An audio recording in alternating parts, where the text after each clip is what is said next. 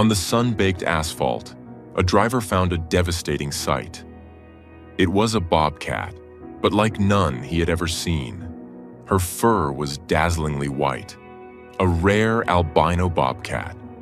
Pressed to her side are tiny, trembling creatures. Her kittens were still alive, but fragile, and they looked just like her. A desperate rescue begins, but survival is only the first challenge. What follows is a race against time. One woman's desperate mission to keep them alive. From heartbreak to hope. This is the story of a mother's wild spirit reborn through her young. An extraordinary fight for survival that would leave even the most hardened rescuers in tears. Before we start, hit the like button and make sure to subscribe if you haven't, and hit that notification bell so that you won't miss any new stories. The sun on Route 8, just outside Floyd, Virginia, was a hammer.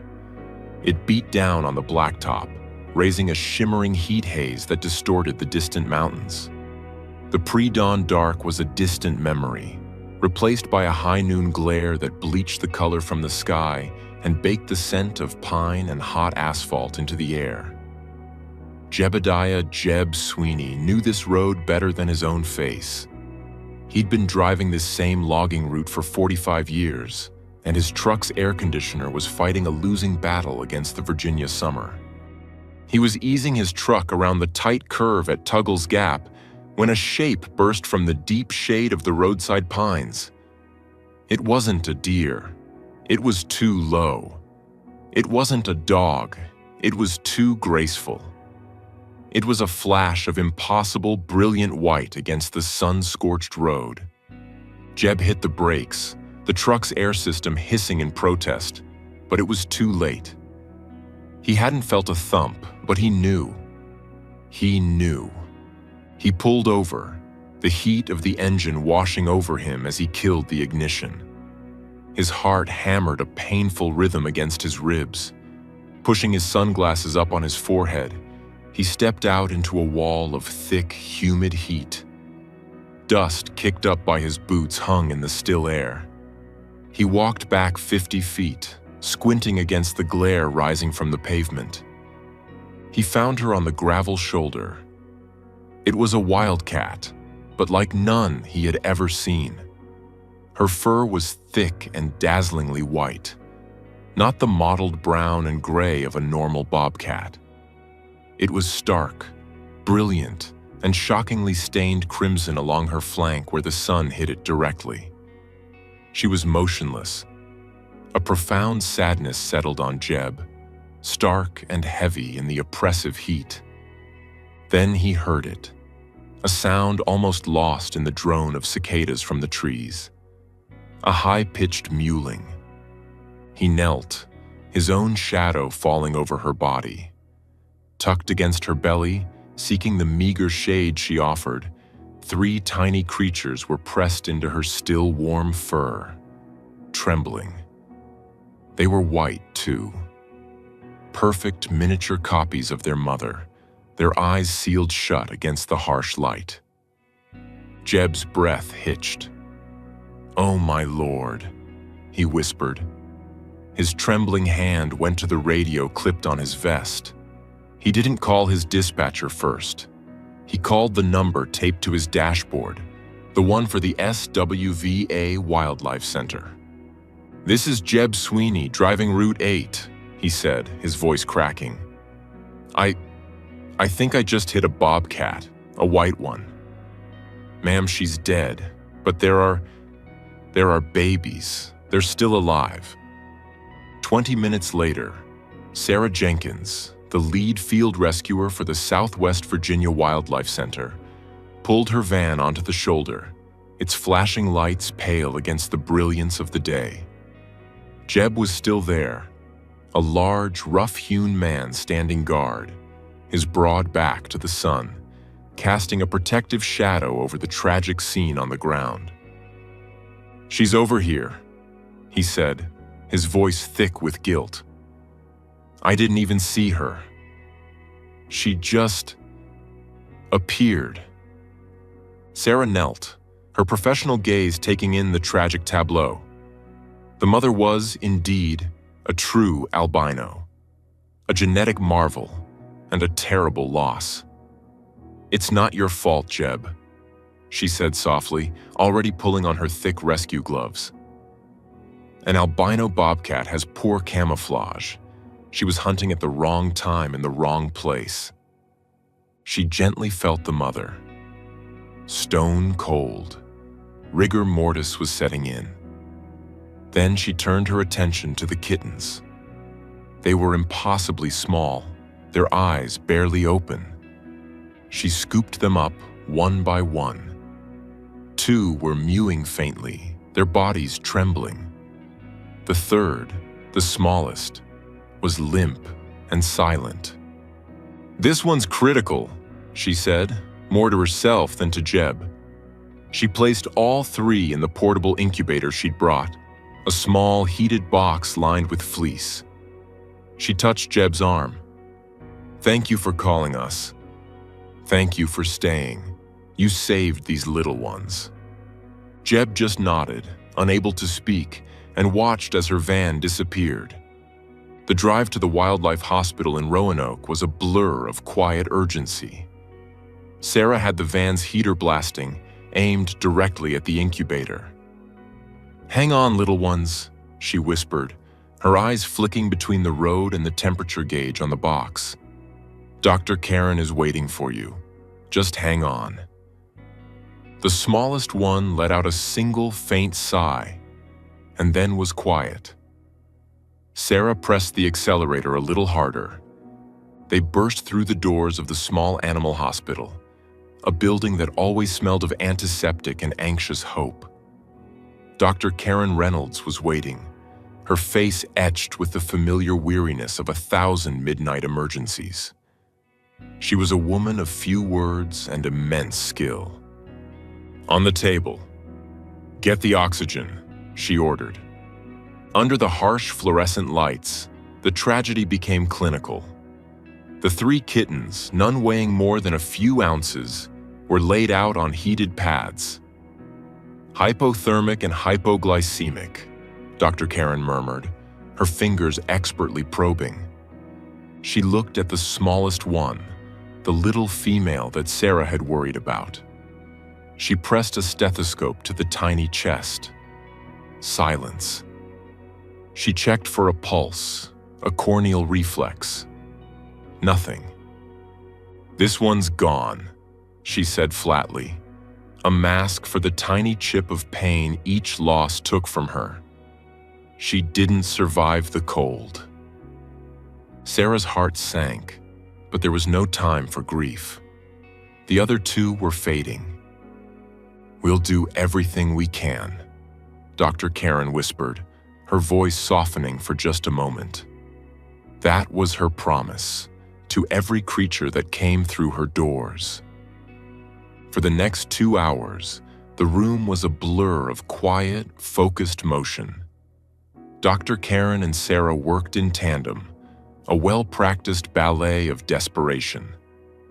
They administered subcutaneous fluids, drops of warmed dextrose solution on their gums for sugar, and fashioned tiny oxygen masks from syringe casings. The 2 survivors were fragile, a male and a female. They were chilled to the bone, their faint purrs sounding more like a mechanical vibration than a sign of life. They were placed in a top-of-the-line incubator, a sealed plastic box where the temperature and oxygen levels could be precisely controlled. "Now we wait," Dr. Karen said, finally stripping off her latex gloves. "It's up to them." They named them Alpha and Lily. Alpha, the male, was slightly larger, with a feisty, demanding squeak. Lily, his sister, was quieter, a little weaker, and she seemed to carry the shock of the morning in her frail body. For days, the hospital pulsed with their rhythm. Every 2 hours, the alarm on Sarah's phone would chime. A new batch of KMR, kitten milk replacer, would be warmed. Sarah or Dr. Karen would gently take them from the incubator, swaddle them in a warm cloth, and offer the bottle. At first, they barely had the strength to suckle. Their tiny paws, armed with needle-sharp claws, would grip the latex glove of the person feeding them, a desperate, instinctive act of holding on. After each feeding, they were burped and then gently stimulated with a warm, damp cotton ball to encourage them to go to the bathroom, a job their mother would have done with her rough, loving tongue. The public, having heard the news of the rare rescue, was captivated. But they didn't see this part. They didn't see the midnight feedings, the frantic checks for dehydration, the quiet prayers whispered over the humming incubator. They only saw the miracle, not the work. After a week, Lily's purr grew stronger.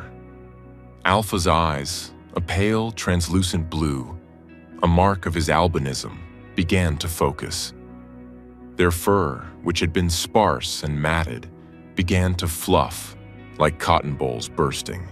"They're going to make it," Dr. Karen said, a rare, tired smile touching her lips. "They're fighters."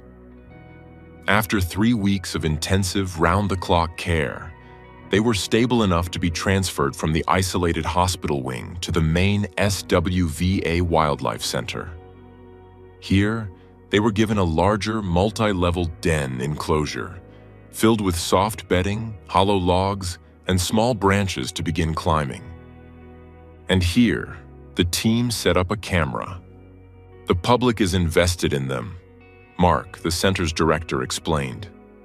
"This is a huge educational opportunity, and frankly, we need the donations." The Albino Bobcat cam went live. Viewers across Virginia, and soon across the country, tuned in daily. They watched Alpha and Lily wrestle, their clumsy paws batting at each other. They watched them stalk toy mice, their little bodies wiggling before they pounced. They watched them sleep, curled together in a pile of white fluff. They were a sensation. Miles away, in a small, cluttered cabin nestled deep in the woods of Floyd County, Jude Abernathy paused mid-scroll, a chipped ceramic mug of coffee halfway to her lips. Jude was a wildlife rehabilitator too, but she was a solitary creature, a legend in the state network. She specialized in one thing: bobcats. She understood their silent, solitary language better than she understood most people. She'd spent more time in the Blue Ridge Wilderness than in town, and at 67, her face was a roadmap of sun and worry. She was scrolling through the SWVA Facebook page, a professional courtesy to keep up with the network. She saw the headline about the live stream. She clicked. 2 white kittens appeared on her screen. They were tumbling over a branch. Jude's breath caught in her throat. The mug clattered as she set it down, coffee sloshing over the rim. It wasn't just that they were white. It was the way they were white. The faint, almost translucent quality of their fur. The specific set of their ears. The way the female, Lily, paused and watched the camera, her head tilted with an intelligence that was achingly familiar. Jude's hands began to shake. "It can't be," she whispered. She went to a battered metal filing cabinet in the corner of her cabin and pulled out a thick folder labeled Snowfire, 3FALB, 2024. She flipped it open. Inside were photos, intake forms, and rehabilitation notes. A year earlier, a farmer had found an adult female albino bobcat in a foothold trap. Her leg was mangled, but Jude, with Dr. Karen's help, had saved it. The rehabilitation of Snowfire, as Jude had called her, was the most challenging case of her career. The bobcat was wild, fierce, and incredibly smart. For 6 months, Jude had worked to heal her, keeping her distance, minimizing human contact, respecting the animal's wild nature. But a bond had formed. A quiet, professional respect. Jude had watched her for hours on a monitor, marveling at her silent, precise movements. Releasing her had been the hardest part. An albino predator was at a severe disadvantage. Jude had wrestled with the decision, but the law and her own ethics were clear. Wild animals deserve to be wild. Jude had commissioned a special, lightweight GPS collar. She'd released Snowfire in a protected, remote section of the Jefferson National Forest, far from people. The collar had transmitted for exactly 24 hours. Then, silence. Jude had searched for weeks. She'd hiked miles, checking game cameras, looking for tracks, calling until her throat was raw. She'd found nothing. The guilt had settled deep in her bones. She had failed her. She had sent a ghost into the woods, and the woods had claimed her. Now, staring at her laptop screen, she finally understood. Snowfire hadn't just died. She had lived. She had found a mate. She had given birth. "It's her," Jude whispered, tears welling in her eyes. A strange mix of profound grief and sudden, sharp joy. They're hers. By dawn, Jude's ancient pickup truck was parked outside the SWVA Center in Roanoke. She walked into the intake room carrying the Snowfire file. Sarah and Dr. Karen looked up, surprised. Jude rarely left her mountain. "Jude," Karen said, wiping sleep from her eyes. "What's going on?" Jude didn't say hello. She just opened the file on the intake counter. "I think I know your kitten's mother." The room went silent. Sarah and Karen stared at the photos of Snowfire. The resemblance was absolute. The intake location from the farmer's trap was less than 10 miles from where Jeb Sweeney had hit her. We never made the connection," Sarah said, stunned. "We thought she was a wild born." "She was wild," Jude said fiercely. "I made sure of it. She had my help for a while." Jude looked at them, her gaze unwavering. "She's dead. That's on me. I put her back out there." "Jude, that's not true," Karen began. "Let me finish the job," Jude interrupted, her voice thick. "She's my case. Her kits are my case. They're albinos. They're already at a disadvantage. If you raise them like normal bobcats, they won't survive a month. They need to be raised by a ghost." She tapped the file. "They need to be raised by her." Mark, the director, was called. The proposal was unorthodox. SWVA had protocols. But Jude was the best bobcat rehabilitator in the state, perhaps the country. And these were not normal bobcats. "What do you mean, raised by her?" Mark asked. "I have hours of footage," Jude explained, her mind already working, a steel-sharp purpose. "Videos I took of Snowfire while she was in my rehab enclosure. Sounds I recorded. Her chuffing call. The sound she made when she was stalking. The sound of her eating. They're her children. They carry her instincts. I can use her to teach them." It was agreed. Jude volunteered to stay on site, moving into the center's small guest cabin to oversee the full rehabilitation of Alpha and Lily. The public live stream was altered. A sign was posted, explaining that the kittens were entering a critical wilding phase and human contact would be minimized. The camera was repositioned to a more distant observational angle. Jude's work began. She set up a system of speakers inside the enclosure and a small, weatherproof screen hidden behind a log. Her laptop was her command center. She was no longer a caregiver. She was an illusionist. The first test was feeding. The kittens were used to Sarah and Karen, used to the soft cooing and the warm bottle. Jude stopped all that. She waited until the kittens were hidden, then used a chute to deliver their food. Now cut up meat. As the food appeared, she played a recording. It was a low, soft chuff-chuff, the sound Snowfire had made to call her. The first time, Alpha and Lily were confused. They looked for the source of the sound, but the smell of the food drew them in. Jude was patient. Every single feeding. Shoot. Chuff-chuff. Food. After a week, a change.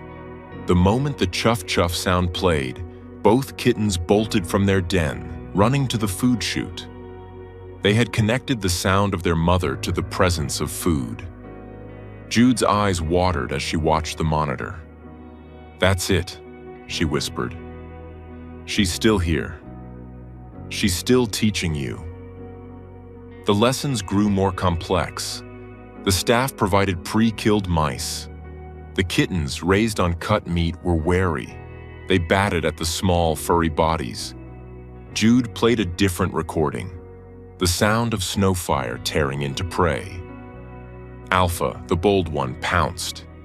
He mimicked the sounds he was hearing. Lily, the watcher, observed. And then, with a precision that was pure Snowfire, she delivered a perfect bite to the back of the neck. Jude began using the video screen. She projected footage of Snowfire stalking a bird outside her enclosure. The kittens watched, mesmerized. Then Jude would drag a feather tied to a string past their den. They began to practice. They learned to lower their bodies, to creep, to use the scant cover of their enclosure. Days folded into weeks, weeks into months. The cuddles and playtime that the livestream viewers had loved were gone. The staff kept their distance. Voices were low. Hands were scarce. The kitten's enclosure was expanded, then expanded again, filled with dense brush, tall trees, and a running water feature. The online comments turned critical. "They look lonely.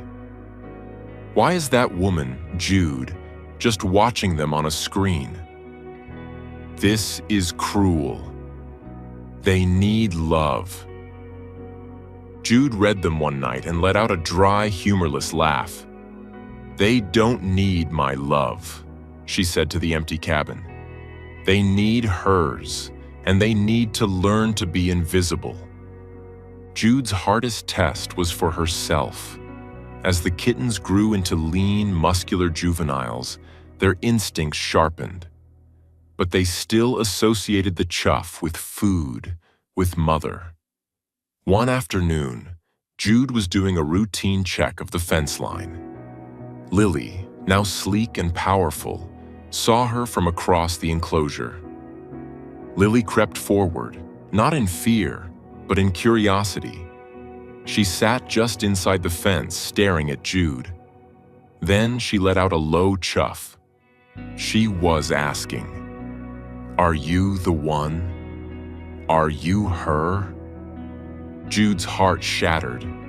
Every instinct screamed at her to speak, to answer, to go to the fence and tell her how beautiful she was, how proud her mother would be. Instead, Jude made herself cold. She stood perfectly still, meeting Lily's gaze with the flat, neutral stare of a non-threatening unknown. She did not move. She did not speak. She simply was. Lily watched her for a full minute, her pale blue eyes searching Jude's face for a sign. Jude gave her nothing. Finally, Lily chuffed again, a small, questioning sound. When Jude remained a silent statue, the bobcat's posture changed. The curiosity was replaced by wariness. She was no longer a kitten looking for a mother. She was a predator assessing a human. With a flick of her ear, she turned and vanished into the brush. a silent white shadow. Jude sagged against the fence, the breath leaving her in a painful sob. It was the cruelest, kindest thing she had ever done. The lesson was complete. Humans are not your mother. Humans are not to be trusted. The final test was live prey. A rabbit was introduced into the large enclosure. The kittens, now nearly full-grown, watched it from the trees. This was not a mouse. This was fast. Jude played the sounds of Snowfire on a hunt. The long, patient silence, the rustle of leaves, and then the explosive sound of the pounce. Alpha tried first, charging in, all clumsy strength. The rabbit juked and was gone. Alpha looked frustrated. But Lily was her mother's daughter. She hadn't moved. She waited. She watched the rabbit's path, noted its patterns. She waited for the stillness after the sound. When the rabbit paused to nibble, Lily descended from the tree like smoke, silent and absolute. Jude and the SWVA team watched on the monitor. It was fast. It was clean. It was perfect. They were ready. The day came in late spring. It was a bright, clear morning, the Blue Ridge Mountains exploding in 1,000 shades of green. Alpha and Lily were no longer pacing behind fences. They were in transport crates in the back of Jude's truck. Their coats shone under the light, their muscles taut with contained energy. They drove for 2 hours deep into the Jefferson National Forest, to a protected wilderness area miles from any paved road or human settlement. Dr. Karen and Sarah came in the SWVA van.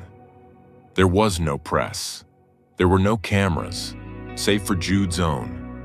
This was not a spectacle. It was a homecoming. They placed the two crates side by side, facing a dense thicket of mountain laurel. Sarah and Karen stepped back, giving Jude the moment. Jude knelt by the crates. She looked at Alpha, who hissed at her, a sound that made her proud. "You be smart, you big brute," she whispered. "You listen to your sister." Then she moved to Lily's crate. The female was quiet, watching her with those piercing, intelligent eyes. Snowfire's eyes. Jude pressed her hand against the wire mesh. "Your mother was a queen," she whispered, her voice thick. "She was the bravest wildcat I ever knew. I'm sorry I couldn't save her, but I saved you.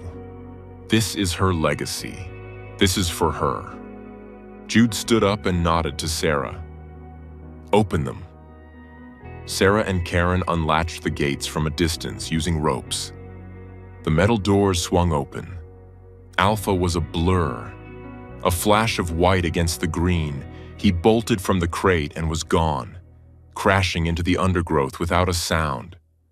But Lily walked out. She took 3 steps, paused, and her body went low to the ground. She tasted the air. She listened to the breeze in the pines. Then she turned. She looked directly at Jude. It wasn't a look of thanks. It wasn't a look of affection. It was a look of acknowledgement. A silent, piercing gaze that spanned the distance between their two worlds. It said, "I see you, I know you, and I am wild." Jude nodded just once. "Go on, girl," she whispered. "Go home." Lily turned, and with a single fluid leap, she vanished into the laurel. One moment she was there, a sliver of white, and the next she was part of the forest. The 3 rehabbers stood in silence for a long time, listening to the quiet of the woods. "Do you think they'll be okay?" Sarah asked, her voice small. "They have their mother's skills," Jude said. And they have each other. They'll be more than okay. They'll be legends. Jude watched the spot where they had disappeared until her old knees ached. She watched until the echo of their mother's bloodline, a white flash in a green world, had faded completely. A slow, tired smile touched her face. She had fulfilled her promise. The debt was paid. Snowfire's story hadn't ended in tragedy on a lonely road. It had just begun. They were home.